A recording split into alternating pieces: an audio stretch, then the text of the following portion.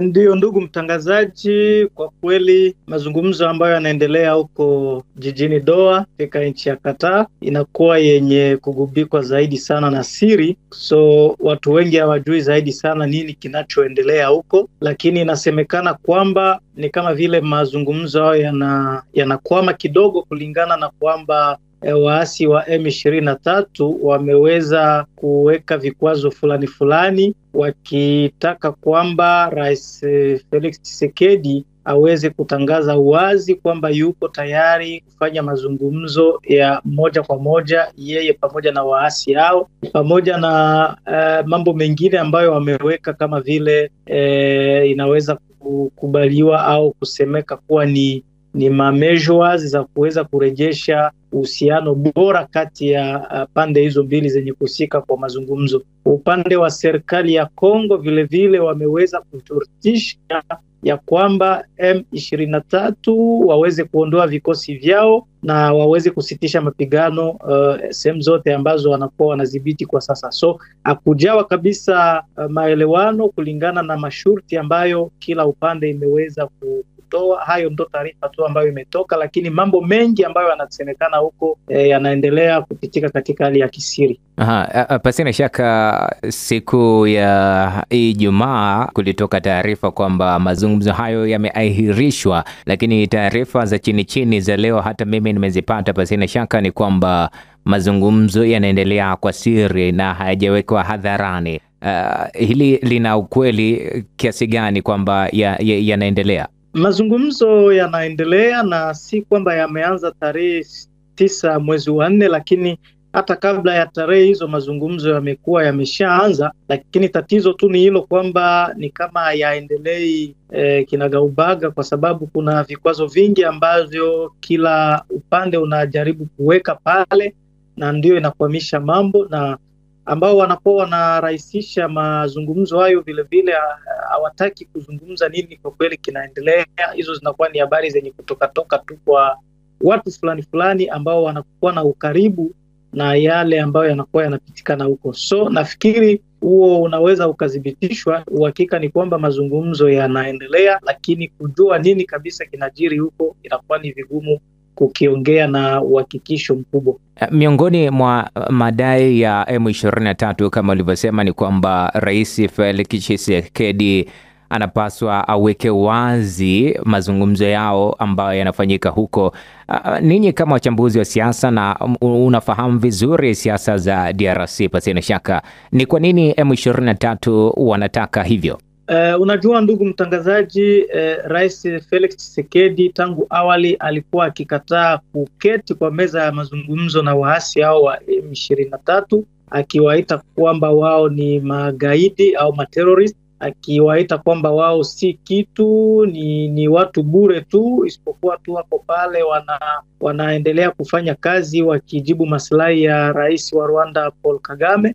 So hana muda wa kuketi nao chini, ila yeye atahitaji kuongea na aliye bosi wao ambaye ni Rais Paul Kagame. So kulingana na hayo yote matamshi ya Rais Felix Tshisekedi, ndio maana waasi hao wanataka Felix Tshisekedi aweze kutamka wazi na hadharani kwamba yuko tayari kufanya mazungumzo nao, wao ambao aliwahi kuwaita kwamba si watu bure, wao ambao aliwahi kuwaita kwamba ni magaidi au materrorist na kadhalika.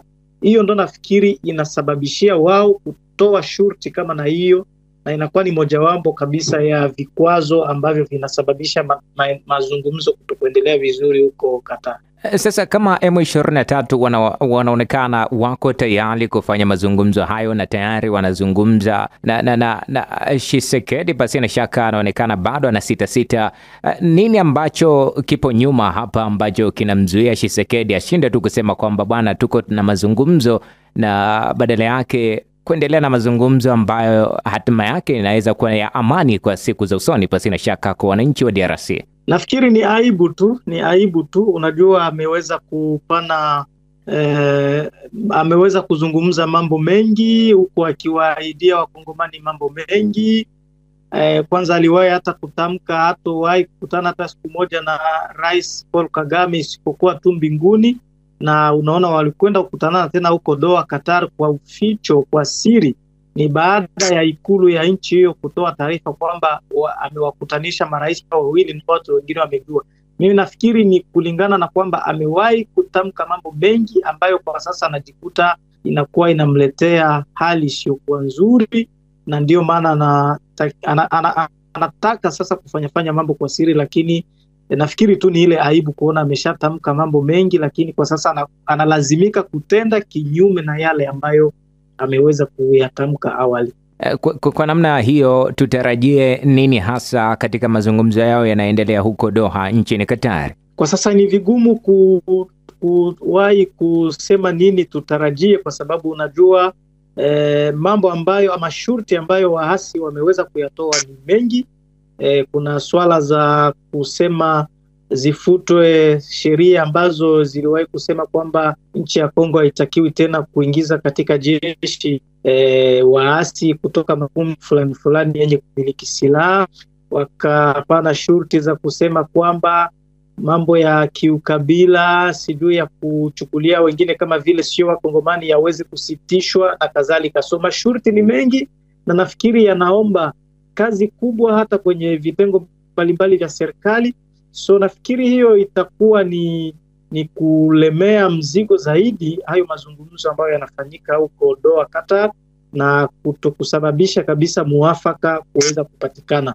Na huku mapambano tena yakiendelea zaidi sana katika mkoa wa Kivu Kusini na Kaskazini, nafikiri itakuwa ni vigumu kutegemea kitu fulani au muafaka fulani kutokea huko mjini Doha, Qatar. Na kwa kuhitimisha tu, ndugu Apollo, tumepata taarifa tangu jana kwamba mapigano yanaendelea kule katika kijiji cha Kalehe, pasi na shaka tarafa ya Kalehe huko Kivu Kusini. Hali ikoje kwa sasa?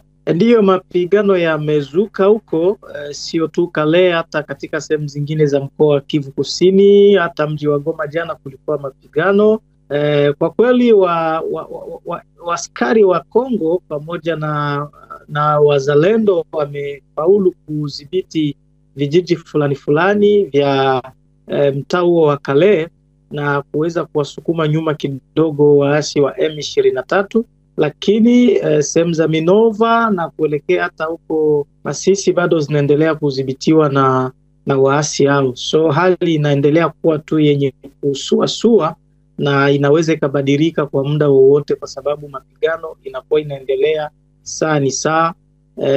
Hata kama tunaweza tukaona kunakuwa muda mfupi wa milio ya risasi inatulia, lakini kwa muda wote ule mifyatulio ya risasi tena inaweza ikaanza na hali ikabadilika. Asante sana kwa kuketi nami kuzungumza juu ya hili, na shukuru sana ndugu Apollo Joseph kutoka huko DRC. Asante sana ndugu mtangazaji. Asante sana ndugu